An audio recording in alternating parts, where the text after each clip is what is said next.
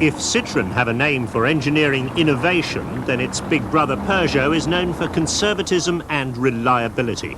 With the new 605, Peugeot now have a big car in the range again, a replacement for the unsuccessful 604 last produced 5 years ago. Like the 604, the new car is styled by Pininfarina, best known currently for the Alfa 164. And Peugeot weren't very happy to see how closely their car resembled the Italian. Despite that, there are strong echoes of the new Peugeot family shape, first seen with the 405. The 605 shares the same floor pan as the hatchback Citroën XM, but it's offered only as a three-door booted saloon with no hatchback or estate versions planned. Prices in Britain should run from about £12,000 for the base model to over £23,000 for the top-of-the-range car.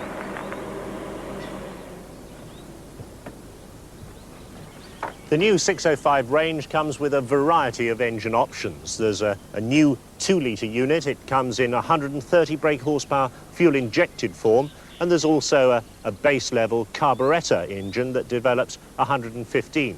Now, both these cars run on the new 98-octane unleaded fuel.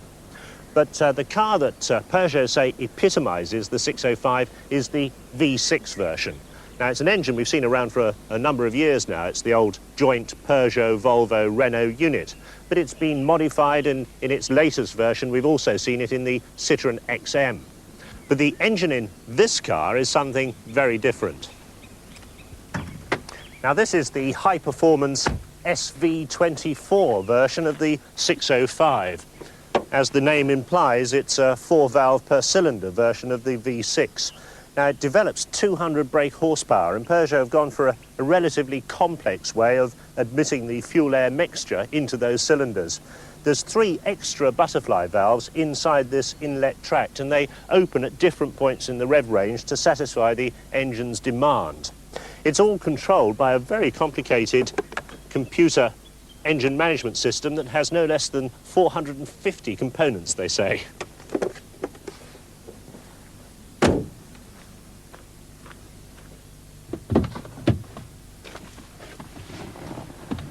As you'd expect in this top-of-the-range version, there's nice leather and wood trim. But 605 generally looks after its rear seat passengers. There's plenty of legroom and more than adequate headroom. You also get face-level vents. We saw those for the first time on the Citroën XM model. And you also get adjustable headrests in the rear. Now, this is not a 5-seater. The centre panel here is not designed to be sat on, and there's no lap strap for a 5th passenger. There is, however, a very complicated armrest that features a separate compartment, and behind it a panel that comes down with a rather obscene-looking cover for your skis when you're off to the resorts.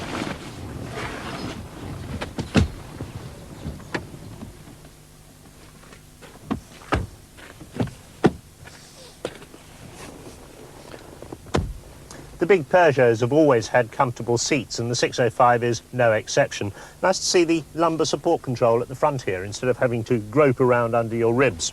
The instrument layout, well, that's very clear, nice black background and white numbers, and they've left the design of the dash panel and the instrument console to Pininfarina.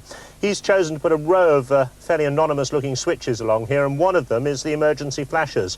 I'd like to see a big, red, obvious control for hazard warnings in today's traffic conditions. But the rest of the layout, as you'd expect, all the executive creature comforts. The radio is controlled here on a stalk, and that's something I'd like to see all manufacturers adopt with today's very complicated hi-fi systems.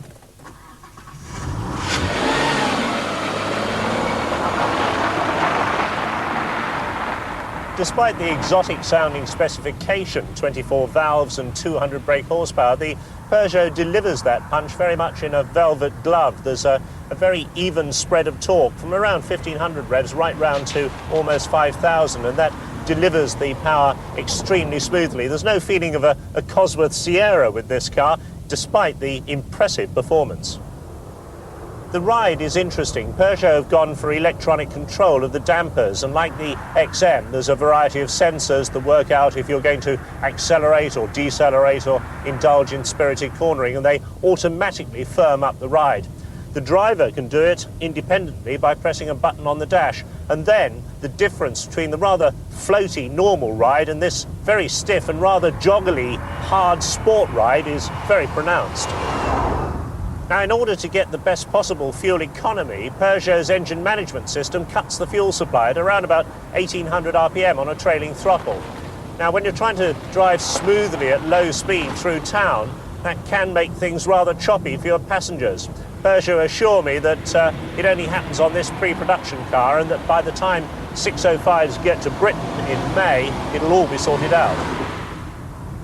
So how will the Peugeot 605 compete in what is, after all, a fiercely competitive sector of the market? There's some very competent cars in there. Rover's 800, the BMW 5 Series, the Renault 25, and the sister car, the Citroën XM. Well, Peugeot's always appealed to people who like their styling to be muted, the engineering to be conservative, but the cars to be strong and durable. Now they've got a new element in this V6 and 24-valve road rocket. Judging by this car, they've achieved just that.